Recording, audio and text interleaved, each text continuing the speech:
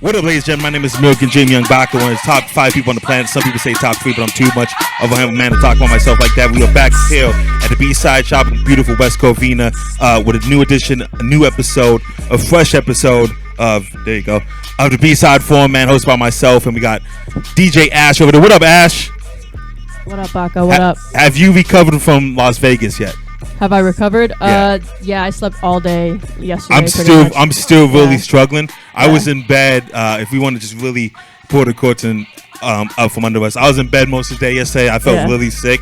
Yeah. I think all those free drink tickets we got really did us in, right? Yeah, but that was fun. I don't remember much, but I remember us honking on the way back from the casino to the Airbnb, and I remember the lady from Taco Bell asking for my number. That's how I remember. Oh, is that how you remember? That's how I remember. Okay. Yeah, that's how I remember. All right. So that may or may not be the case. and we got another full house today, man. Drakk's on the producing tip. We got some special guests with us, man. Go introduce yourself. I know you guys are showing a mic. What's up? I am Difinitiv. Happy to have you, man. Happy to have you. Where are you from, Difinitiv? How you say it?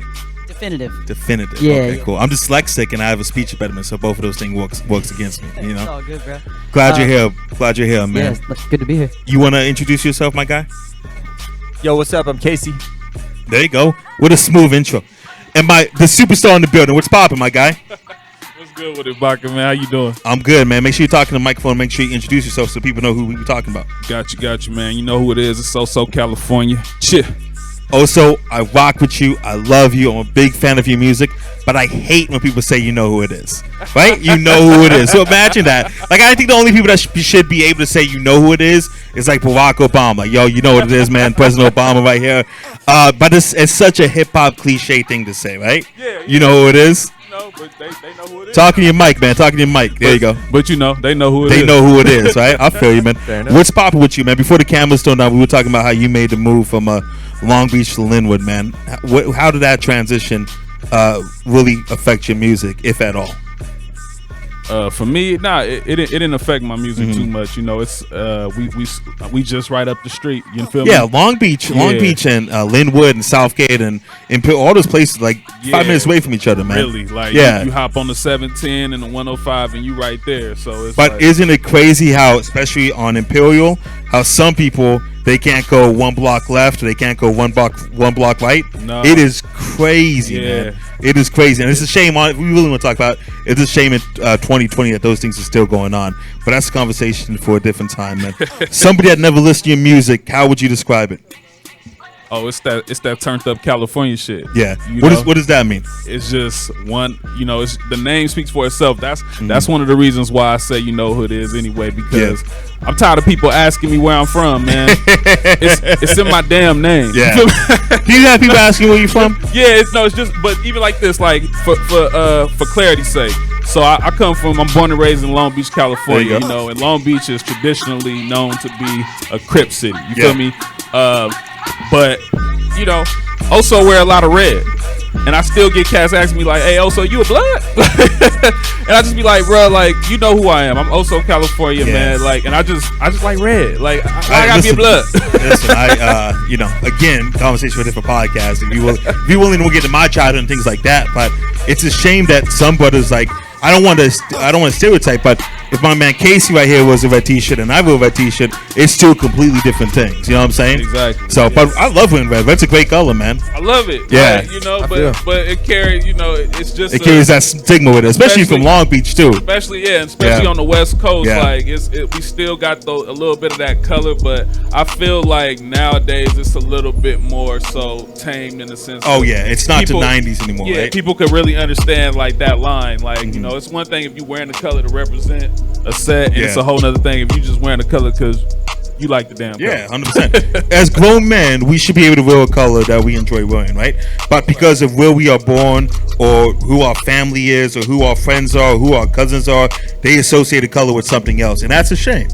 When does that stop? What year does that stop? Because like we said, it's not the 90s no more. It's getting a lot better. So what, in 2040, people aren't going to care about what color you were? We trying to get it to stop in 2020, man. I don't know. 2020, I feel like gangbanging is making a comeback, man. Gangbanging is making a comeback through racism. Yeah, hey, amen. Man. But we trying to, but that's the thing. We just trying to get people to just understand, like, life is way bigger than that, man. Oh, and man. you got to be able to see past these colors. I wish I could give him credit. I think his name. I'll find it. I'll tweet it out later. But I'm a really big fan of this guy's music, and his main piece of merchandise right now is "Gang Banging is Dead," and I think it's great. I got a couple of those T-shirts, and like I said, it's not the 90s no more. Unfortunately, some people are still stuck in that mind state. They still think that Dope Projects or Dope Block or Dope Boulevard is all that matters. But I wish some of these brothers and some of these sisters could really see the planet is so big, man. The planet is so beautiful, different cultures, different people. And that's the same thing we talk about racism too. I don't know how you could be a white man or white woman and hate. I don't know how you could be a single white man and you don't think black and Mexican, black and Latin. See, I'm gonna get myself in trouble. Black and Latin women are not the most beautiful women on the planet. It's like, how could you hate that? I don't get it, man. But that's on me, man. Let me ask you really quick before I move on to my boy Kasey right here. What do you think about the current state of Long Beach music? You think it's in good hands? Oh yeah, with me leading the charge, definitely. So it's you and who else? Man, who you rocking with? It's a lot of talent in Long Beach, man. It is crazy. Like Long Beach isn't that big, but there's so much freaking talent. So much, and it's not just rappers. It's football players. Like Paulie High has produced the most NFL players in the last like 20 years, something like that. It's crazy. Man, that's where I graduated. Did you? High. Shout out Jack Rabbits in the building. Hey man, class 06. So LBC's doing okay right now. Yeah, right now. I mean, we got myself. We got the Prince, we got DW Flame, we got Casey Chapman, we got countless, man. There's so many artists. Like I could go on for days just in my city, man. See, now you running down all those names. You're gonna forget somebody, and they'll be like, "Yo, Oso, what's poppin', man? You ain't rocking with me like that." Hey, man, shout out everybody in Long Beach, man. You know I hold y'all down. Every time I see you got shades on, man. Hey, man. Sometimes I can't let my left hand know what my right hand doing. Yeah, amen, brother. Yo, Kasey, we're talking about where people from, stuff like that. You're from a city called what? It's called Tehachapi. Tehachapi. Have you ever heard of Tehachapi before? I got stuck there once. Oh, did you? Yeah. Really? When did you get stuck there? Coming back, coming from my mom's house. She lives in Salinas, and we had to drive to Vegas. We had to go through the mountains, and we got snowed in Tehachapi, and literally could not get out. We were stuck in like a 4-section radius. So you were there for what, a couple hours a day? Like 2 hours. And in that 2 hour experience, Tehachapi, on a scale of 1 to 10, what are you giving the city? Cold. That's a good way to put it. I hate being cold, man. So Tehachapi is where? If I'm leaving LA, I would go north. Yeah, so you take the 101 north to the 14. You're cutting through Santa Clarita, Lancaster, Palmdale, Mojave, and then you make a left. Tehachapi. There you go. In the mountains. Yeah, just it's its own valley. It's got its own weather and everything. Yeah. They call it the land of 4 seasons. That's cool. So it could be like snowing one moment and then just bright and sunny the next. You have to be the biggest thing to ever come out of Tehachapi, right? That is the goal. Is it not like so? Who's the most famous person out of Tehachapi right now? Well, out of Tehachapi, there was a hardcore band called The Warriors that I was aware of growing up, and I don't know if I could say that I know. See, again, you're gonna forget somebody and they're gonna be like, "Yo, yeah, right, poppin'?" exactly, right. I mean, Get at them in the comments. There's some exactly. dope, creative people in my hometown, definitely, and I want to see them do better for themselves and get out of that town. Tell me one name. This would be a big deal for you to put spotlight on somebody. Who should we be looking for out of your hometown besides you? Just give me one name. No pressure, and not a girl that you used to go out with. Okay. Yeah. I'll come back to you. Don't worry about it. What city are you from, my guy? Ligonier, Pennsylvania. What is it? Ligonier, Pennsylvania. One more time, slow. Ligonier.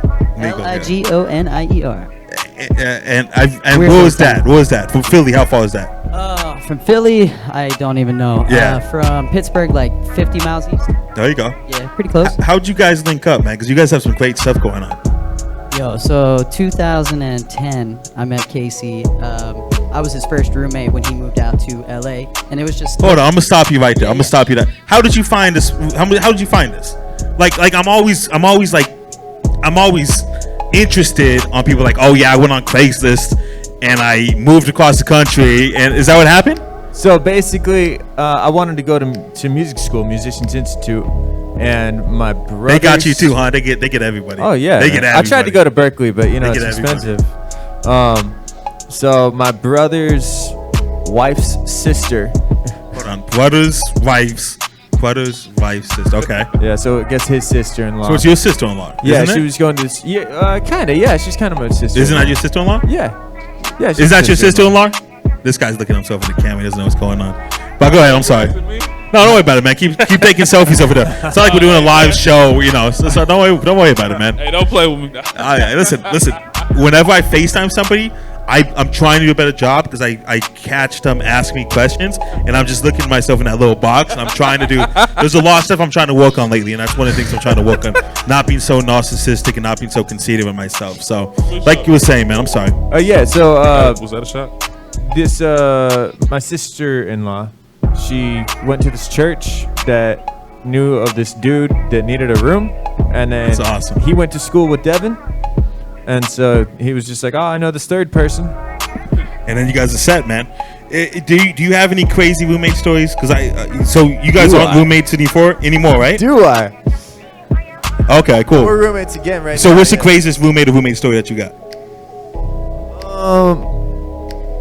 Well, yeah, Eddie. Are you hesitant about saying it?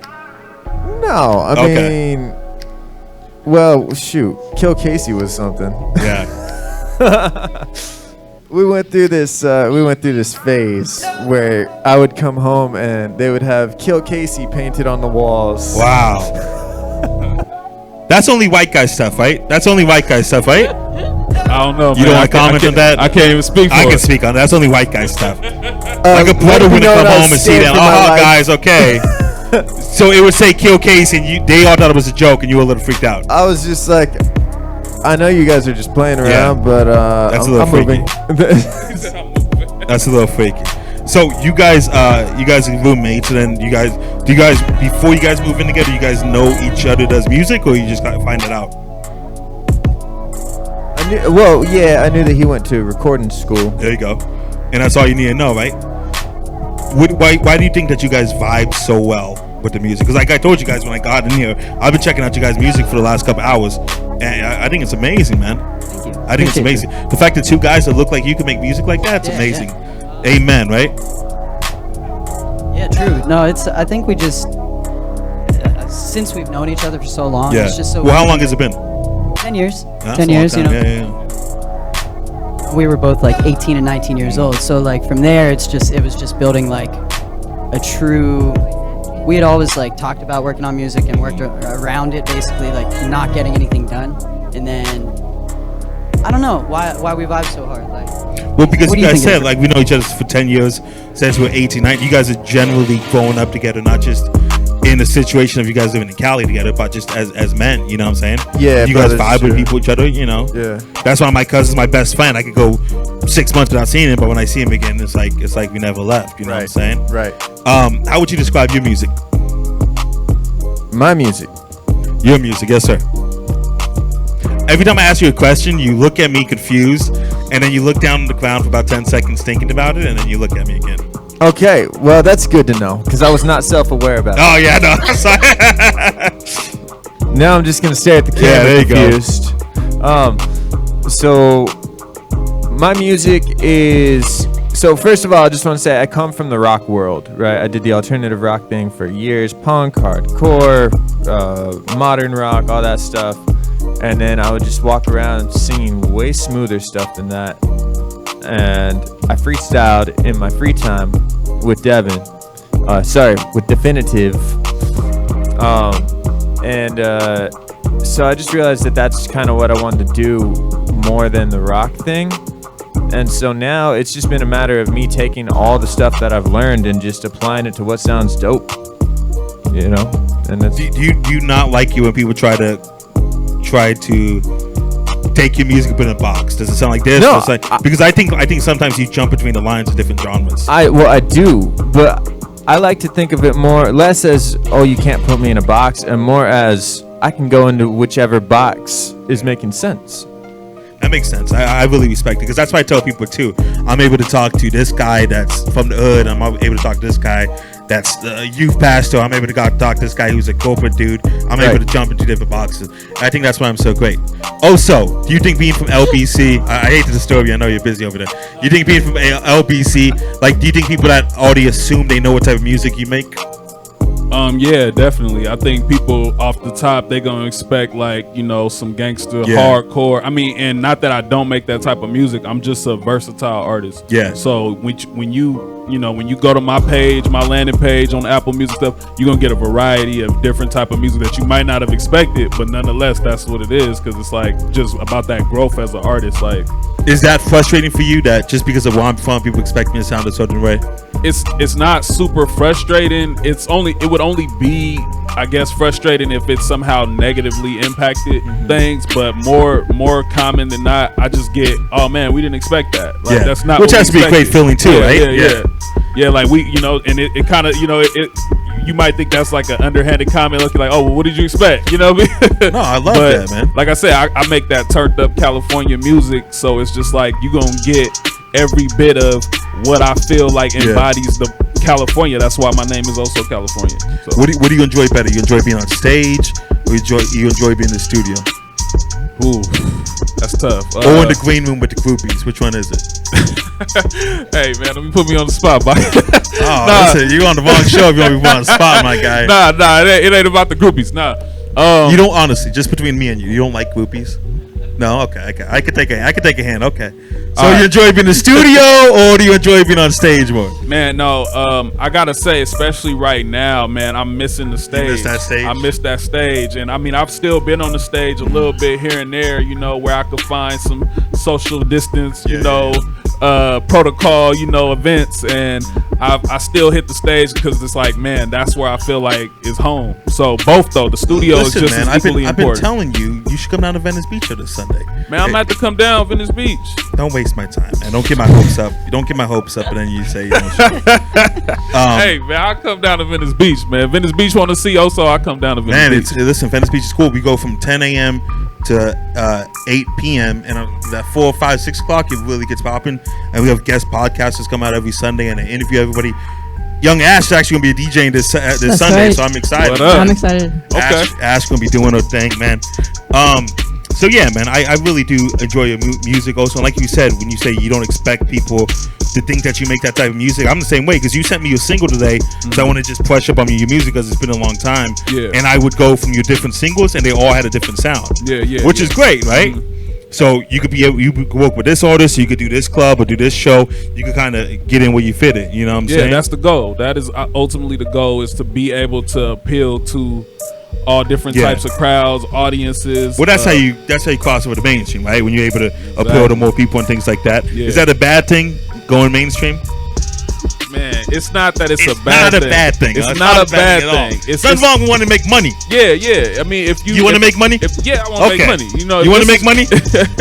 If this is your career, you feel me? You gotta treat it like that. You gotta treat it like that. You gotta be serious about it. So yeah. Especially if you're dedicating so much time and you're investing so much of your own money into it. There's nothing wrong with wanting to sell out the Staples Center one day. You know? Yeah, no, definitely. That's the goal. Who doesn't want to? But some people look at it as you're selling out if you start to, like how you guys say you have versatile music. Some people say, oh, we could only have this and do this. But that's a different conversation for some bitter OGs. But yeah, man, you want to make a whole bunch of money, right? No. Yeah, and so, see now somebody's being honest. I appreciate that. You enjoy the groupies, though, right? There you go. Sometimes. What about you, man? You like being on stage more, or you like being in the studio? Yeah, that's a good question, man. You know what? I think, do you like creating more with other people too? Because you can do the jam sessions. Yeah. And that's just people jamming together. Correct? Am I categorizing that? Yeah. I'd say because that. Again, you just looked at me for 10 seconds. I didn't know if I was insulting you or not. Yeah, so I like working with other people creatively, but I also like just kind of going into my own space and just writing and kind of just feeling the depths of my soul and getting that out onto the page, you know? That has to be great. Like, I don't rap. I haven't rapped since I was 12, but I do enjoy writing and, you know, just how I'm feeling, things like that. Yeah. So it has to be great to be able to walk in the studio, listen to some melodies, some beats, and then get your emotions out there, you know? Yeah. Just being a handsome guy from Tehachapi. What city are you from again? Tehachapi. See, I can't land a joke if I can't say the name. Tehachapi, man. What about you, man? You just like locking yourself in a dark closet and producing? Yeah. Literally, that's it, bro. That's it, man. I mean, I love collabing with other producers, other artists. You know. So this is one thing I never understood. What does it mean to collab with another producer? You know, I didn't really know until recently myself. I just kind of kept doing my own thing for so long. But what I found is when it works, it's a synergy, and you get like a lot of stuff done. You know, because like you got somebody coming in to finish the drums, you got somebody to come in do the bass line. You know, you just like, oh, it needs this, and then you know you can be a little more receptive to not just it being you. You know what I mean? You're like, oh, this is dope, and then you hear it tomorrow, and you're like, this is trash. You know what I mean? It's because that happened. It has to happen a lot. Just being a creative guy, that sometimes you really like this, and then sometimes like this is trash. Yeah, that happens to me sometimes. I can record a podcast and like, dude, that was a great podcast. I can listen back to a week later. I'm like, damn, so come on, it could be What's wrong with me? Yeah, and so it has to be being a creative like that has to happen a lot, and it has to be exhausting too, right? Yeah.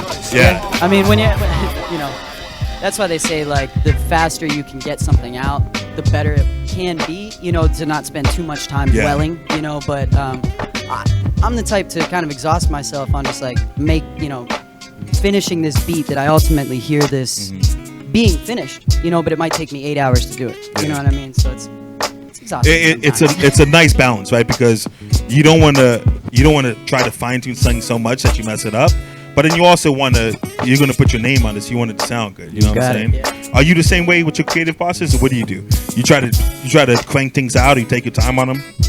Yeah. So what I do, that wasn't 10 seconds, by the way, that was 5. I didn't even say anything. So you judge me over there, Baca. No, so it's just different for everything. For like every song is just a whole different capturing of life for me. It's like sometimes I'll just be walking and I'll hear a full song, all the bass parts, all the drums and everything. And then I just gotta. That happened to me too, man. I just walk down the street and all these voices just pop in my head. I heard you say. Oh yeah? How many? A lot. Might want to get checked out. Yeah. No, I think that's what makes me great though. But then also there's sometimes that I didn't mean to cut you off. My lame joke. I'm sorry. So other times I'll just like pick up the guitar and I'll start playing, and it's just like, you know, the beautiful thing for me about writing is when I hear a song and it's fire, it puts me in a whole world. So every song is a world for me, and then I can write a story within that world. You know? That's awesome, man. What about you, Also? You crank things out, you take your time with it. What's your process? You hear a beat, then write it down? Do you write down some lyrics and listen to a beat? Yeah, man. The vibe for me really just comes when I hear that beat from a dope producer, and it just makes me, it's like what does this need? I feel like it's a fine line between a music producer and a beat instrumental, and then the artist. It's like when the two come together, it's just like, what do you want to create to that? And how I hear the music is ultimately like how I kind of project myself through the song. It's like, you know, what do I want to hear when I think like what makes me want to dance, what makes me want to like groove or just vibe hard. And yeah, like the creative process of that just comes down when I get in the studio, I start writing and it just flows. Aren't you supposed to write before you go to the studio? No. Okay. That's a misconception. Is it? Yeah. Because you got to feel the vibe. Yeah, you got to feel the vibe. So it's like, and then a lot of the time. See, that's my business mind thinking. If I just write it on now and I go to the studio, knock it out, save myself $45. You know. Now that's true. But for me personally, I do go to a lot of sessions with other artists where now it's like, hey man, you know, we want to get you on the verse, and I got to come up right there on the spot. So it's like sometimes that's where I kind of learned how to dwell in my creative space. Even when I was growing up, it was like I was the young dude in the studio with some older cats, you know, brothers and stuff like that. And it was just like, hey man, you know, shoot, well, you over there look like you think about something, you know, you want to get on that? Yeah, like bet. So then it just were you always willing to step up, or were you a little bit hesitant? Oh no, at always. First? You always there you go. Like I get on anybody's song and rip it and just feel no type of ways about it. So. That's awesome, man. How long you been rapping now? Man, I've been rapping, man. Real talk. I've been rapping for a couple decades, man. I've been rapping since I was 10 years old. Oh, there you go. Yeah, you've been out working, man. Yeah, but you know, it's been a grind, man. Yeah. As an independent artist. Yeah. And you know, a couple deals come across the table. Sometimes they're not always right, so you don't always, you know, take that deal that come your way. But independently, man, it's a grind, and I just been on the grind, enjoying it. Yeah, I hear you, man. So, you got my guy right here. There you go. So you can pass this microphone off for you real quick, man. What's your ultimate goal in this music game, man? My ultimate goal, man, is to make an impact, to be remembered. You know, if I had to compare it, I want to go out like, you know, remember like somebody like Pac, you know, who was a poet like in his music. You know, it was because here's a true fact. A lot of gangbanging too. A little bit of gangbang. It's a lot of gangbang too. But I like when people describe Pac like, yeah, I want to be a poet and self-conscious. Yeah, and there was a lot of times where he said, "Fuck you, bitch," and things like that. You know, what I mean, no, but see, Pac, he wasn't a gangbanger. He was a thug. You know, that was his thing. That's not what he said. Thug life. That's not what he said. I mean, I don't think Pac was banging like that. He was just. All right, on the next break, I'm gonna Google some Tupac. He was repping his set though. He was repping Death Row, repping. You know, he was repping where he was Death Row was affiliated with who? Okay, man. Look, man. I'm just saying, everyone always describes Pac as like, you know, you know, people online, they describe Pac. I love Pac. Pac's the most influential artist in my life because when I was a kid growing up, my mom always listened to Tupac, and I'm pretty sure that she would love to trade me in for him. But everyone describes he's a poet. But he also did a lot of gangbang and ignorant stuff too. Right, but that is the complexity of a man, right? People all been, you know, the way multifaceted, 100%. You don't always feel revolutionary every single day. You know, 100%. Sometimes you want to bang up. Sometimes it's, you know, life gets frustrating. You want to bang up. 100%, man. And that's the thing. What I was saying though. Yeah. I actually, a lot of people don't know, I started out as a poet. Like, I was in class, man, young dude. You doing the snaps? Right. Nah, just, you know, not the snaps and all that, but I was in there in class writing poems to that girl that I was checking for. Like, yeah. You know, I was in there hitting them. So can you give me some of these poems that you lay down? Not at all. We'll talk about it when the camera's off, man. At a later date. YoungBaca Productions, BSide Forum. We'll be back in a minute, baby. There we go.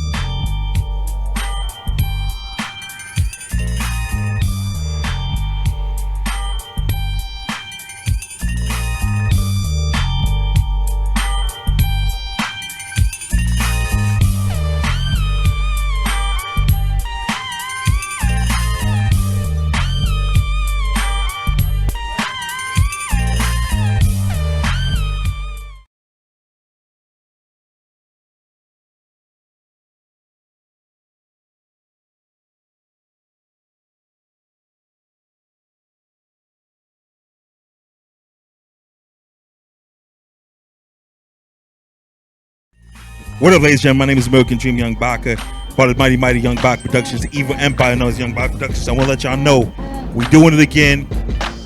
President Trump said no second stimulus check by YoungBaca Productions is hitting y'all with it. We're giving away another $2,000 cash money to the best performer, the best group, whatever you want to call it, man. So if you want to sign up, you think you have what it takes, don't be that dude that lives in your mother's basement, that has Cheeto prints all over your hand and says, screw Baca, I could have won that money, or if it was me, blah, blah, blah. I don't want to hear it. It was your chance. $2,000 cash money, man. Best performer, best MC, best group, best rock band, best country singer. If you have what it takes, man, hit us up, 310-345-2909. And tomorrow night, we got another new web series that YoungBaca Productions presents called Tattoo Live, man. Live tattoos and MCs, rapping, live performances. I'm going to get a new tattoo tomorrow. I'm going to get the chosen one right here on my cheek. I'm excited, man.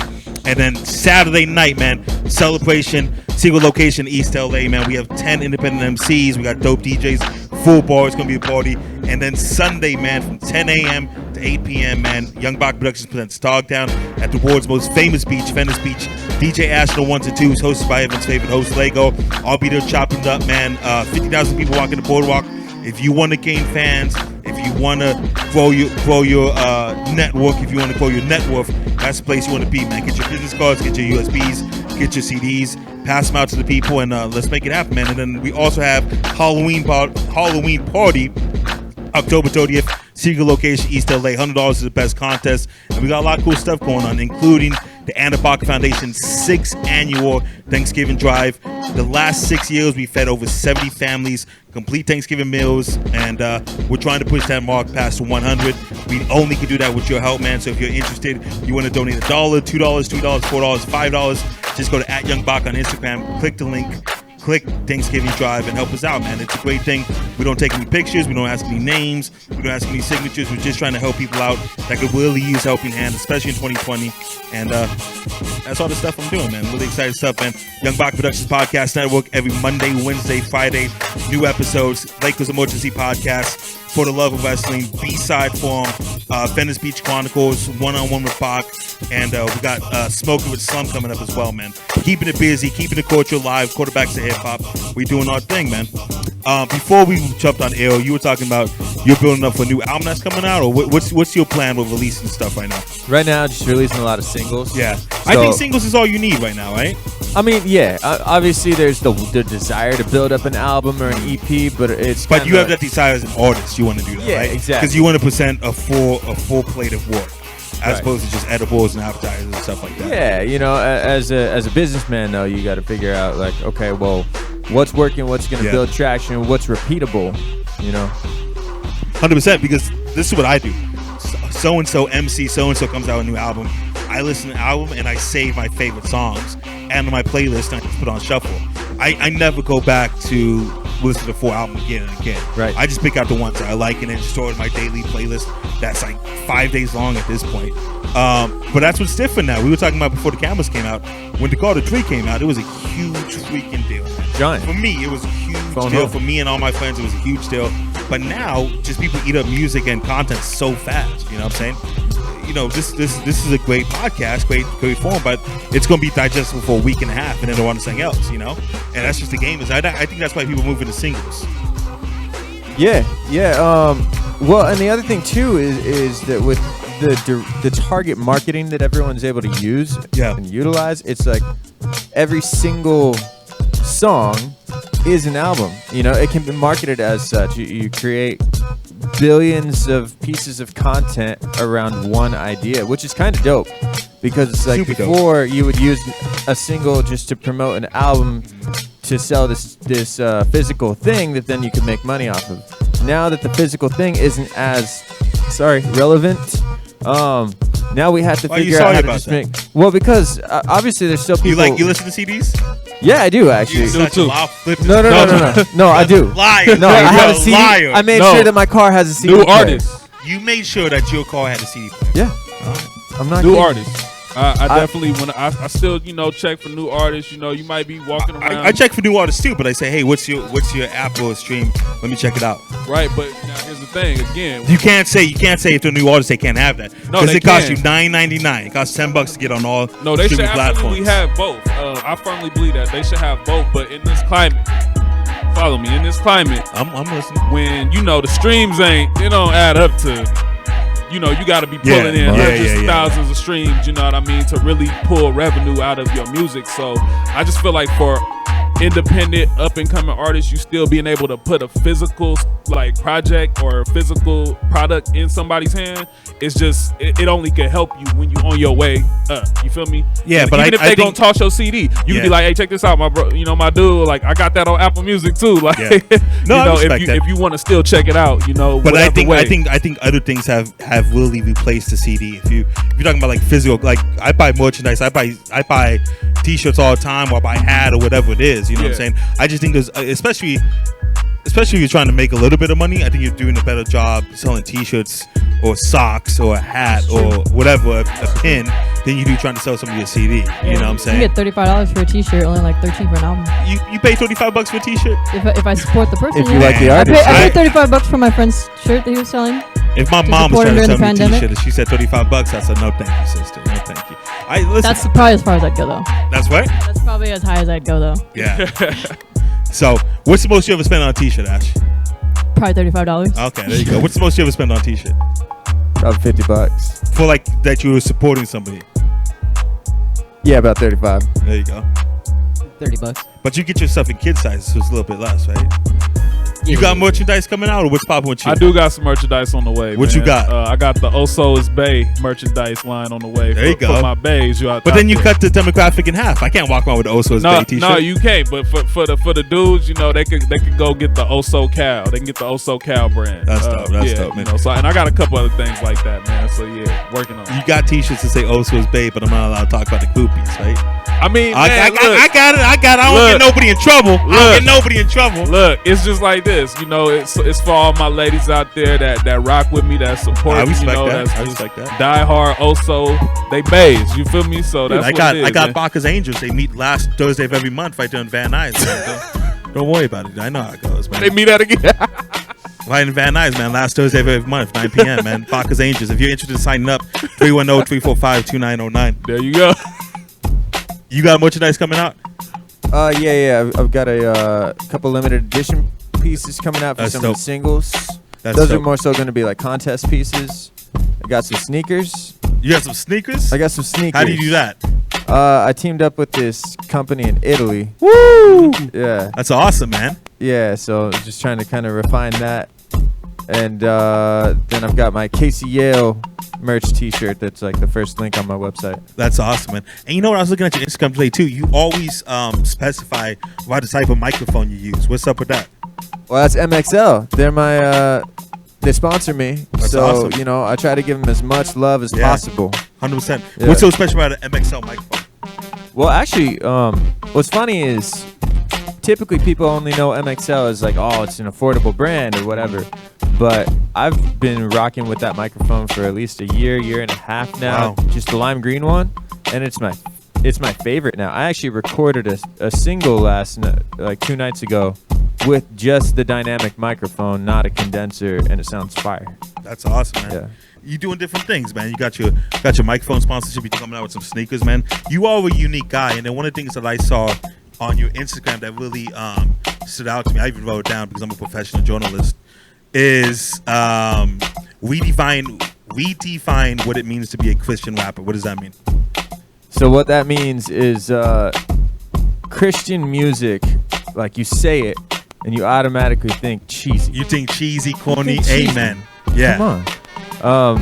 And so, and like... Which sucks, right? Right. Which sucks. There's Lecrae, right? Lecrae is like fire rappers in the world. Content-wise, just in my opinion, I love listening to him. And his whole 116 and Reach and KD. Like, there's a lot of dope Christian hip-hop artists. There's a lot of dope Christian pop artists, but they're so niche, right? Because it's like, first of all, you hear the word Christian. That's already a loaded word. Then you got people who divide into like, well, I follow Jesus, or, we don't say that. We say I believe in God, or however you want to say it. But it's like, all right, but I know who I am. I know what I'm about. I want to bring people to God, to a relationship with God. And I want to redefine what that looks like. Like, I'm not going to sit here and act like I'm perfect. I'm also not going to sit here and try to say that, I believe in things that I don't either. I respect it, man. Yeah, there's a lot of amazing Christian rappers, but then there's a lot of corny Christian rappers too, man. So that's a shame. But people like you are making a big impact on making a difference. You know what I'm saying? Thank you, man. So, what do you got coming up, man? You got any shows coming up? You got any what's popping with you, man? Give me your rundown. Man. So right now, of course, I am working on. You was talking about the mixtape. I mean the singles or the albums. So I'm sorry, I didn't mean to skip that question on you as well. You believe in the singles right now? Or you're putting up for an album? You know what? I've done the singles. I released a couple singles, man, on all the platforms. You know, Apple Music. Your singles are popping too, man. Yeah, I done that, and you know that definitely has grown a core fan base. But I'm looking to give them a bigger body of work. But I just want to keep feeding them. So I'm gonna do a mixtape. I'm gonna still have singles like literally what's in 2020. What is the difference between a mixtape and an album? There is no difference. The mixtape essentially is an album. It's just kind of how you present it, though. I think it's a lot of you gotta know how to build your the hype to your own project. And I think that a mixtape has always been a crucial aspect of a rapper's rise into the mainstream or into just being more known. It's like you hit them with that mixtape that's just fire, and the whole time you're prepping them really just for the album, for your masterpiece, so to speak. But you still think in 2020 that's what it is? I think it's important to get back to it. I think also you can kind of you can take different approaches. You can flood the market. You can flood the market. Yeah, it's different ways to skin a cat. Yeah, but 100%. you can flood the market with music and just hit them with singles. If that's working for you, that works for you. And if you're really flooding the market, you got all these singles out. Like me personally, I have a lot of features that are coming out 2020 into 2020 and going into 2021, and it's just like you can position it however you want, but you can build an album around it, you can build a mixtape, an EP, you can just kind of do what you want. But I feel like again, like you said, with how they consume the albums and the work nowadays, it's like just so quick, right? Yeah. So do you want to give them a quick appetizer, or do you want to give them something that can feed them for a minute? I think that's what I want to get back. I want to make a classic album that really has people, you can't easily just, write it off and say, okay, next. We got to get back to that a little bit. So. I respect that, man. I want to ask you really quick, man. When you work with an artist, what is something that you look for? No, I was talking to the guy behind you. What do you look for in an artist? Do you just work with anyone that hits you up and says, "Hey, I got $10, let's make this happen"? Or no, definitely not. I like to see hustle. Have you had to let somebody down and say, "Hey, I'm just not interested in working with you"? Yeah, I'd say. How do you do that? It just kind of fizzles out, man. Yeah, it's just like. Just like when she starts responding to your DMs, you kind of get the point, right? Like, all right, whatever, move on. Yeah, man, I just look for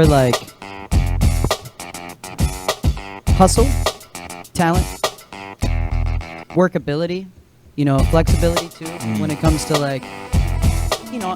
I'm not just a beat maker. I'm a producer. You know what I mean? So it's like. Do you get mad when people classify you as just a beat maker? No. I like just they say, "Hey, what beats so you got? What beats you got?" 100%. I think those guys they sit in their mom's basement. They just make beats, on the computer. Absolutely. What's the difference between a beat maker and a producer? Because I don't know. I'd say knowledge and coachability in music, like suggestive elements that could potentially make this thing better, right? So like if it's a way that a word is said, it's like, hey, play this on the guitar. You know what I mean? It's like it's hearing the things that aren't there that could make it better. Yeah. It's kind of coaching them through it, right? Yeah. That's and how you not too much, because artists got their own thing too, It has to be a fine line, right? You want to try to help improve them on the song. You say, "Hey, I think this might work out a little bit better," but then you want to step on the artist's toes as well, right? Exactly. What do you look for in a producer, Oso? Oh man, yeah, in a producer, and I want to definitely shout out one of my producers, Chris One, man. That's my boy. We out there, affiliate ENT, stand up. What is it? Affiliated? Affiliate. Yeah. See, look at that Long Beach shit popping back up again, man. You fellas can't stray away from it for 5 minutes, right? Look, man. Okay, you got me. What I look for in a producer is somebody who knows how to build a record from from the ground up. You know, I'm very big on sounds, different, you know, aspects, different things that build around the track to just make it bigger, make it more of a production as opposed to just a beat. So that's ultimately what I look for when, you know, I get people sending me stuff in my, you know, my DMs, and they reaching out. I'm just like, hey man, you know, disclaimer, send me none of that bullshit. Like, send me your good stuff that, you know, that you feel like somebody of my caliber, that if you know my art, you know my talent, that you feel like I can do something with. Don't just send me your throwaway, you know, I've been sitting in here, you know, here. Have you ever got offended by a beat that somebody sends you? Man, you be putting me on the spot, man. Well, I'm gonna sound like an asshole. Listen, let's not have a show. If you don't answer questions, let's not just have the show then. Fine. Okay. I didn't say you have to say the name. Yeah. I definitely had those moments of just being like, what is this? Yeah. No, I feel the same way too. Somebody says, "Hey, check out my music. I'd love to do some shows." They send me. I'm like, "Dude, what? You know, there's no way I could put this on stage." People look at me like I'm a joke. But then, you know, obviously, I have to let them down. They say, "Hey, you know what? Maybe, you know, this or this, or we can do this or this." I let them down. Yeah. What do you say to somebody you feel offended when they send you a beat, or do you just not respond? No, I'll let them know. Like, you know, I'm very good. That's the difference with me and maybe, you know, some people when it comes to like conducting business. When we are in that type of, you know, realm of talk, if I don't like it, I'll just let you know. I'll just tell you, you know, hey man, yeah, there's nothing wrong with that. Yeah, either. No, I'll say, hey man, yeah. you know, I'm not feeling that. You know, you send me something else. You know, you don't have to like everything that people send you. That's that's unrealistic, right? You know, if we want to get to the meat of it, we have to find something. 100%. You know, this is a working relationship, so it's like we have to really sit down and say, okay, like I want a producer to sit down with his own beats and say, hey, I think Oso really, you know, vibe to this. Like, you would prefer a producer to sit down with you and say, hey, I think this beat would be great for you, as a producer that sends out to 100 artists to say, check out this beat, right? Right. And that's how it should be. That's how it should be. You got to build that rapport with your producer and that's how I've created some of my best music is in the studio with Chris One, Affiliate ENT, just vibing, man. You know, we just created a crazy record. I think vibes is really important, man. Yeah, I think vibes, especially when you're being creative and, you know, you're doing stuff like that. So the guy who you're disrespected by the whack beat he sent you, what's his name? Okay, all right. I'm trying to be a better man. Dude. Like the last, you know, you ain't trying hard enough. I'm trying. I'm 30 years old now. This is my first week being 30 years old. I'm trying to talk as much smack. You still being petty, and I'm trying not to be cocky and things like that, man. But I really do enjoy your music. I really do enjoy your singles too, man. I appreciate that. What is it that you have so much features coming out in the next couple months? Is that something just happened, or did you decide, hey, I'm going to jump on everyone's track and kill them? Man, I definitely. It's always just been part of the spirit for me of working, you know, in music and hip hop is like collaborating. So collaborating with other artists from all different, you know, places, backgrounds. Like I have collabs with cats from Brazil. Shout out Reggie BDS and Bronco and a lot. It's just a lot of different people that I work with. I got a DJ Mac Lloyd out in France. Like, you know, these are people that are from different. That's awesome, man. Yeah. And we break that barrier of just, you know, I don't have to always know you personally. I don't have to know your life story. 100%. Yeah. We can create something. We can get on a same, you know, page about something and create something beautiful, man. That's what I'm in it for. Like, that's what I'm in it for. That's awesome, man. That's really cool. And, you know, that's how you get different demographics too. You don't want to just do the same music with the same people that live in your city, because you're going to reach the same exact people. Yeah. You know, you could. I know artists that they can't get $50 for a show in LA, but they go to Brazil or France or Portugal or Sweden. They get 10 G's, 5 G's, because there's such thing as being big in other markets. You know what I'm saying? Dave East might get 10 G's in New York, but he comes to LA, he's obviously not getting that much. You know what I'm saying? Same thing with all those cats, Jadakiss and people like that, man. So that's awesome. I really like your music also. I don't know if I've ever expressed it to you, man, but I really rock with it, man. I feel it. Man, and same thing with you, dude. I rock with you. I rock with your music a lot. I think that Moolah track is amazing that both of you guys got together. And I think you guys are good people too. I think being a good person goes a long way, and some people overlook that. You know, I'm getting a little bit older. I'm 30 years old now, you know, so I'm more wise and I have much more wisdom than I did a week ago. But I'd rather do a show with people that I enjoy the music and I enjoy hanging out with them than have to deal with the difficult, cocky, gangbanging dude from watts. You know what I'm saying?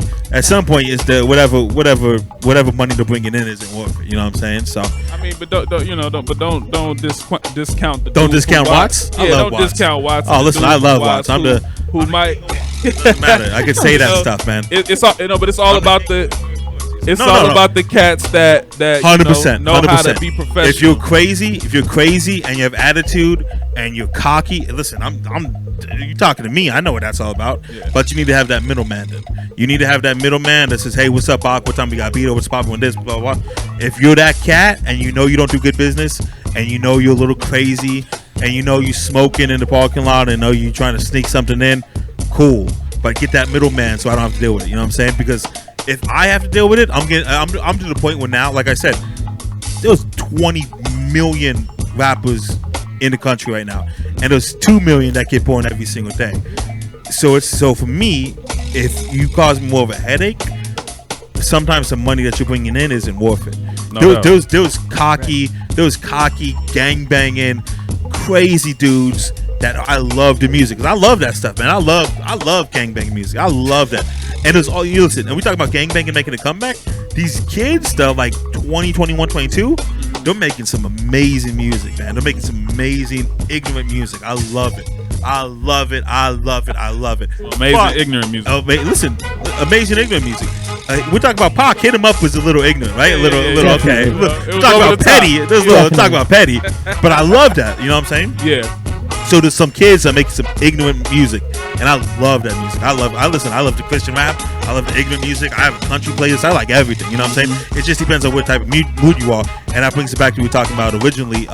That's just the complexity of a man. You know, you're not feeling this way every single day. You know, some days you want to party and buy 50 bottles. Some days you want to be on your political science tip. It's just, that's the complexity of a man. Yeah, but if you're one of those kids that are crazy, get an older OG, get an older cat, get your older brother to be the middleman. Ain't nothing wrong with having a middleman. Hey, what time should we be though? What we got to do? You know what I'm saying? Exactly. Yeah. Ain't nothing wrong with a middleman. Whatever you got to do to handle your business, man. Like get an OG that you trust to not even run your business, but just kind of be that middleman. Just say, hey, Bac, I got you. Hey, what's up, Bac? This is so and so. Hey, what's up? But I really enjoy your music, blah blah. And that's pretty much all the interaction I should have with that type of artist. You know what I'm saying? And I'll deal with the OG. I'll deal with the brother. You know, ain't nothing wrong with that. And I think that takes a lot of maturity to realize that maybe I shouldn't be the guy that's texting and emailing people. Let my OG do it for me. You know what I'm saying? But that's true. You know what I'm saying? If you got me on the phone when I was 21, 22 years old, and I thought I was the greatest thing walking, it would have been tough for me to kind of talk business with you. You know what I'm saying? Yeah. Because my mind state wasn't on that yet. You know, and I think I'm pretty mature for my age. But back then I was an ignorant punk who thought I was the greatest thing alive. Now I'm a mature wisdom punk that thinks I'm the greatest guy alive. So it's a little bit different, man. And I had to go through that. Everyone has to go through it. I had to go through that learning curve of learning how to conduct business in the real world, man. 100%. You know, especially in the music business and industry. Like you said, just knowing how to send and respond to emails to people that are trying to conduct business with you, and without sounding crazy or sound like you just don't know what you're talking about. It's really very vital that you learn how to communicate properly. 100%. In order to. But the problem is, a lot of people from all neighborhoods, they don't know how to communicate properly. They're stuck in the hoods. They could say, just say, hey, what's up, five, blah, blah, blah. They can say 5 words the whole day, and they can communicate. Oh yeah, OG, oh yeah, I mean, just 5 words the whole day, and they don't know how to communicate. And that's something we need to work on. That's something that brothers like me and you, we need to step in and help teach that stuff. Real talk, 100%. Because I feel like the OGs that were above me, they didn't do a good job of reaching back for my generation and say, hey, you do this, or they got screwed in the music industry. They should go to the younger G's and say, hey, don't do this, do that, be on this, they should do that, and they don't do a good job of that. So I want to do a good job of doing that, because I don't want somebody to talk about me that way in 15 years. Say, well, Baca didn't reach back to people like us and say, hey, you should do this or you should do that, So I'm trying to be a better man with stuff like that too. I'm trying to be a better leader. 100%. I'm trying to be a better leader. Hey man, get with the mentorship. Just give back to the younger generation, people coming up under you, by just showing them what you've learned, man, so they don't have to make those same mistakes. And I try to do the same thing. So it just each one teach one. Amen, brother. And we talk about being, we talk about having to know how to communicate when you talk business. There was an artist that I found on Instagram. I think he was amazing. and I said, dude, I would love to have you headline the show. I figured I figured out the numbers in my head. I said, okay, I could probably offer this guy $1,000 for a 10-minute set, something like that. And I DM'd him and I said, hey, what's up, big fan of music, I would love for you to headline the show. And then before I could even get into statistics, he replied back to me and he said, nigga, if it ain't more than $500, I'm not even walking in the door. But just that attitude throwing me off. And I was going to give him $1,000, but for him to come at me like that, it wasn't even. I said, it's not even worth it. You know what I'm saying? So maybe he shouldn't. Yeah. So maybe he shouldn't be responding to those DMs. What he should be doing is say, dope, hit up, blah blah blah. No problem. Hey, what's up? You know what I'm saying? Yeah. And we can talk. We can start negotiating. But the problem is that brother's head is in the streets. He's still thinking in the streets. He's not thinking music business. He's thinking he's treating the music business like he treats the streets. I had a little stroke right there. You hear that? He's trying to treat the business like he treats the streets, and that gets you so far. But at some point, you got to be a music professional, and that's the bomb, man. So I had a really good time with you guys, man. Let the people know your Instagram, all the good stuff. Anything else you got to say? Check me out on Instagram at Difinitiv Difinitiv. That's it. Spell it one more time, man, because people like me have to break it down. Difinitiv, Difinitiv. Appreciate you, man. Hey, thanks for having me. Through, man. Yo, you can check me out on social media at The Official Yale. I'm waiting for the lawsuit from the school. The Official Yale, all one word. That's also my website, The Official Yale. But if you want to look me up, it's Kasey, Kasey Yale. And we're going to see you in East LA Saturday night, right? East LA, East Los. What's up, man? 310-345-2909. What's Bob? What's your IG, man? Yeah, man. I go by Oso California. That's OSOCALI, the number 4NIA. And you can also follow me on TikTok, on Apple Music, Spotify, Tidal. Man, my music is up. Go check out Still Rose. Go check out the newest single, No Rules. We got the No Rules challenge going on TikTok right now. Just go check me out, man, and follow up. And what's the OnlyFans? It's coming soon. Okay, all right. Young Ash, where can the people follow you at? You can follow me at What's Up Ash on Instagram, and I got a Twitch now, so you can follow me there too. I'm trying to create a Twitch. What is Twitch? Tell an old head like me what Twitch is. It's like live streaming. So it started out with gamers that were like bored at home, like, oh, watch me play. And then during the pandemic, DJs were like, hey, we can use this too. Yeah. So a lot of DJs are doing it on Twitch. And personally, I found that the audio it's a lot easier to integrate clear audio. So it's a really good platform. And like even if the video skips, the audio's great. Oh, that's cool. I can deal with glitchy video. I can't deal with glitchy audio. Yeah. My name is American Dream YoungBaca. Follow me at YoungBaca, at YoungBaca Productions, at the Anna Baca Foundation, at BSide Forum, at Flow Podcast, and I'm sure there's a couple more that I'm forgetting, man.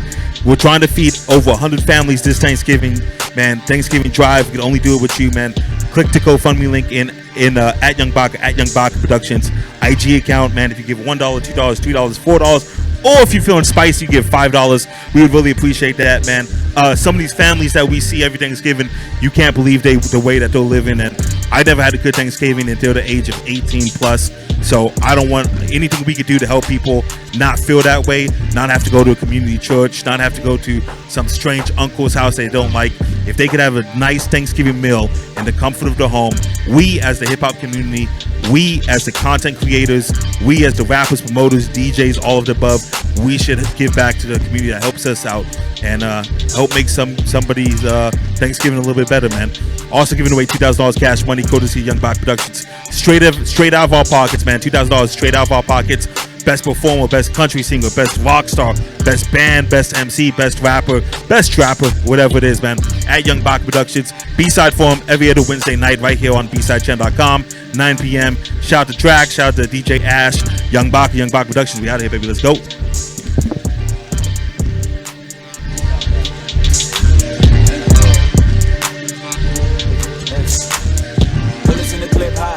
pull it in the kid drop. Would he ever live if he grew up in a ziplock? Shut up from the riff rock. Never heard of hip hop, caught up in the grist, did they holla, fear not. Aiming for the lid, better be in tip top. Friendly from the beach, showed him how to crip walk. Brother was a blood, he slanging that Chris Rock. Got minutes on the wristwatch, watching as it tick tock. Belly had a piss pop, bloody as his fist got.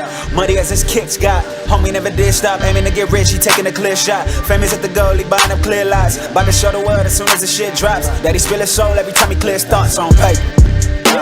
This nigga's the truth, y'all niggas just rule on paper. If money ain't good money, nigga, I'm cool on paper. Still stack that shit up, I can take y'all to school on paper. On paper. Yippity do, hickory dock, your body slippery slope, hippity hop, Bugatti. What would you do if you couldn't cop your ride there? Fuck what you tip, you fall off the top, no lie